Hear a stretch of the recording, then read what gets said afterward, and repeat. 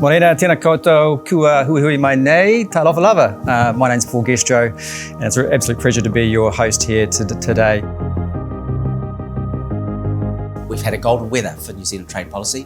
The golden weather's over, and we are entering a period of greater unpredictability, a lot of trade protectionism. There's rising protectionism everywhere we look, both direct, increased tariffs, but indirect also, subsidies to agriculture are now escalating very quickly. And it's not just the United States and the EU anymore, it's also China and India that are now digging into their taxpayer pockets to fund these activities, which of course has a price effect, which then affects the returns back into New Zealand.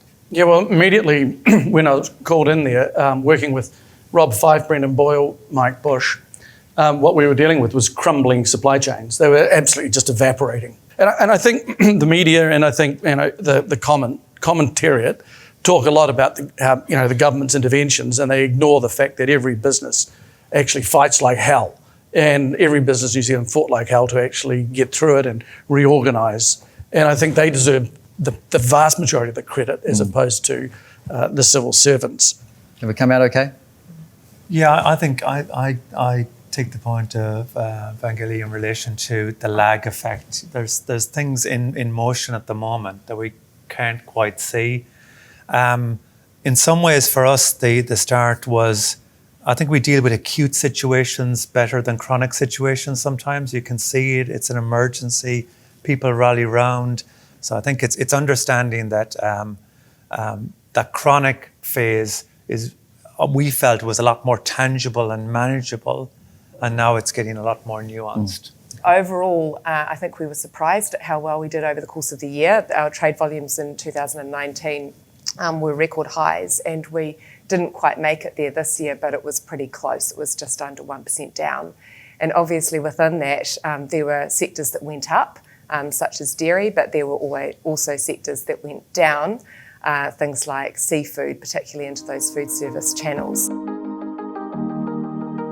At the middle of last year, the government came up with a trade recovery and diversification strategy. And just to remind you of what that was, there were 3 pillars: retooling support for exporters, which we saw almost immediately, which was great, reinvigorating our international trade architecture, work in progress, no doubt, and refreshing our key trade relationships, which I think was always ongoing, which is very, very important. There still is a tension about whether our overall manufacturing capability in New Zealand is on a steady, inexorable, decline. And I don't want that to be a future for New Zealand. And I think if we want to compete in a slightly changed game, then we probably do have to seriously think about a stronger investment approach in the manufacturing sector. And focusing on the US market, there's $1.6 trillion of unspent consumer money sitting in the pockets of big spenders in the United States. They haven't been able to get out to actually do any purchasing. Expert investors are saying that it's going to be a roaring 20s, that when this money is released into the US economy. I think the real test of the trade recovery strategy is what you said, Jimmy, which is where is it going to be in 2 or 3 years' time? Because I think that's the thing that we've now got to watch. Because it was only launched, it's easy to forget, it was only launched in September, October last year. And there were some quick things that were done. We concluded the RCEP negotiations, so the ASEAN plus 6 with China and unfortunately not India. And then the upgrade of the China agreement was concluded. And then we'd also finished the Digital Economy Partnership Agreement, Singapore, Chile and New Zealand. And then the big news on that is that Canada has now announced that it wants to join the Digital Economy Partnership Agreement. So we're trying to put in place the bits of architecture that support the rules, that try to sustain the predictability and transparency for businesses internationally. But the real test is coming, I think. Yes, we definitely have to look at what we're producing and investing in R&D. Everybody is doing it. China's about to invest sort of more into R&D than the US. They actually are going to be investing this year more into R&D than New Zealand's entire GDP. Do these agreements, these bilateral agreements, multilateral agreements, are they fit for purpose for the new world going forward? So many of you may well be doing trade digitally.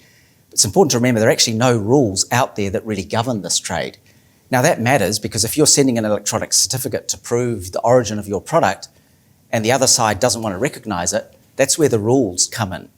So the Digital Economy Partnership Agreement is one example where we have those agreements with those three, admittedly three small partners, but at least we've got agreement on what a template looks like, verification of an electronic signature, which means that they can't deny your access. And getting other economies like a G20 economy like Canada, a G7 economy like Canada to sign up to those kinds of rules means that the rules that we have shaped, that New Zealand has been involved in writing, hopefully will become the kind of the reference point for everyone else across the regions. The thing about big data is everything's in there. It's private data of a user, it's public domain data, it's privately owned innovation, all that data is sitting in there, and facial recognition, because a lot of this stuff's being done by video.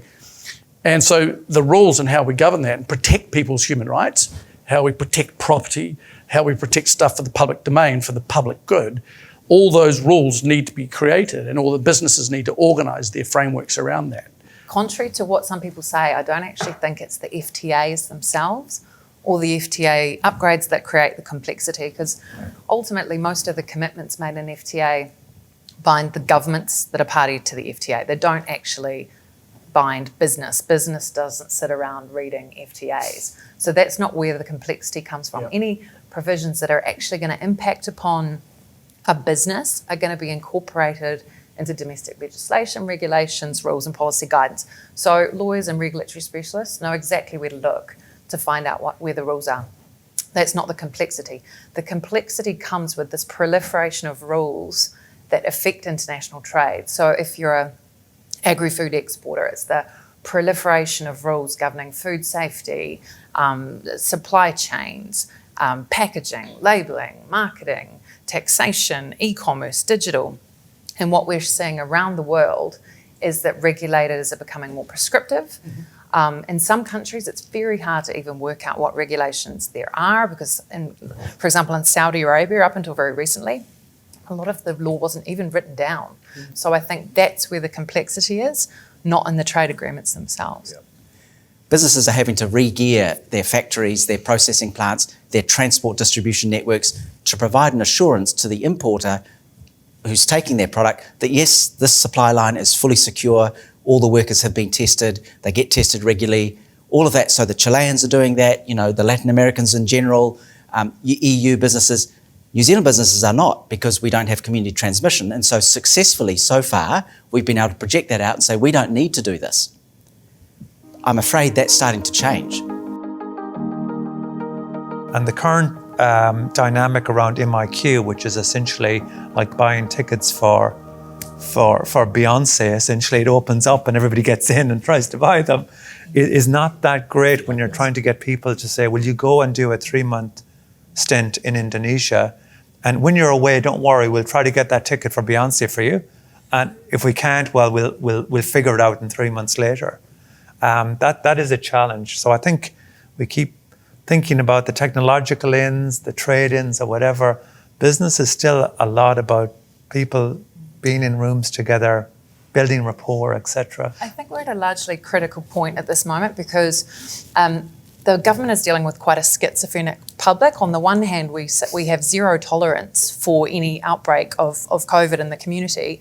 Yet on the other hand, we're asking the government to open the borders to enable us to bring in workers to get the economy going. And I think the government's done a great job at obviously keeping the virus out and keeping businesses going, but now really does have to take some of those brave decisions and ignore the political noise in order to get our economy going. And so it goes back to the business-government relationship working together, I think, and that's the next phase we're in. There's a certain stage where government should step in and be relatively directive because there's too much schizophrenia out there. It's about But we're in communicating the phase- risk. Yeah. Because I think I love risk, right? Because in risk there's adventure and opportunity. And if you can see it, you can manage it. If you try and avoid risk, it's going to smack you on the back of the head. I just offer 2 tips really, I guess, to the business community in these increasingly complex and uncertain times. One is on regulatory compliance. Look very carefully at your business, your supply chain, your risks, your opportunities, invest properly in due diligence and be prepared, and then you're far less likely to find yourself with your goods detained at borders and subject to regulatory investigation.